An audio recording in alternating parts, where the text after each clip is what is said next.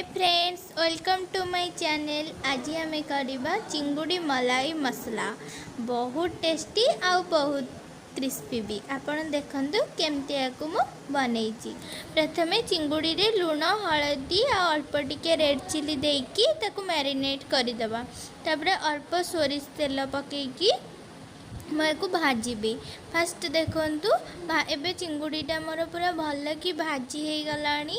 देखिए एमती red red पड़गले भाजीगला। तापर मु सोरिष तेल से गोटा मसला पकईकी एथरे पकईची पियाज पियाज पकेला परे अल्प टिके पकईची मोर होची कंचा लंका। तापर लूण टिके हल्दी टिके रेड चिली टिके पकईकी मसला को मु भल से कषा स्टार्ट करदेली। देखंतु मो मसलाटा कषी हो सारानी टिके।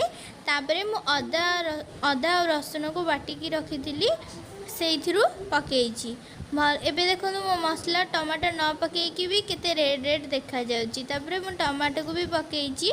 तापरे मैं पकईली मो चिकेन मसाला टिके पकईली, जीरा पाउडर टिके, धनिया पाउडर टिके आउ टिके मटन मसाला भी पकईची जमती बहुत बढ़िया लागिबो। तापरे देखंतु सबु मसला को मिसेकी आउ थरेटा को मसला को अल्प टिके पानी देकी ताको भल से भाजिली।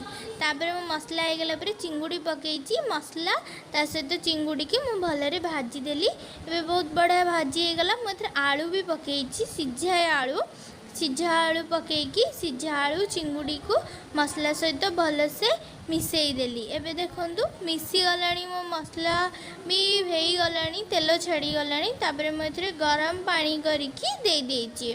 तापरे एकु मु टिके फुटिबा को छाड़ी देबी। देखंतु 10 मिनिट छाड़ी देली फुटिबा को। ऑलरेडी मो तरकारी फुटी गलानी। एटा नड़िया रस लास्ट रे मु देइची नड़िया रस आ नड़िया रस देई सारला परे टिके मिक्स करि देकी तापरे हमर गैस आपण बंद कर देबे। कारण नड़िया रस पकईकी बेसी आउ फुटेबेनी, सभा लास्ट रे नड़िया रस पड़िबो। एथरे मु देइची गरम मसाला, तापर अल्प टिके दालचीनी गुंड। देखंतु मोर केते सुंदर भाबरे मो तरकारीटी बनीची चिंगुड़ी आलू तरकारी। एटा बहुत बढ़िया लगुची किंतु पूरा देखंतु पूरा बहुत सुंदर। तेणुकरी या ना तो चिंगुड़ी मलाई मसला मु देइची। एबे देखंतु मो चिंगुड़ी मलाई मसला पूरा रेडी हो गलानी। एथरे मु टिके फ्रेश क्रीम ऐड करि देइची जहाँकि तरकारी की बहुत बढ़िया लगिबो। एपण आम गरम गरम खातु आ केमिति लागिला मो रेसिपी कहंतु।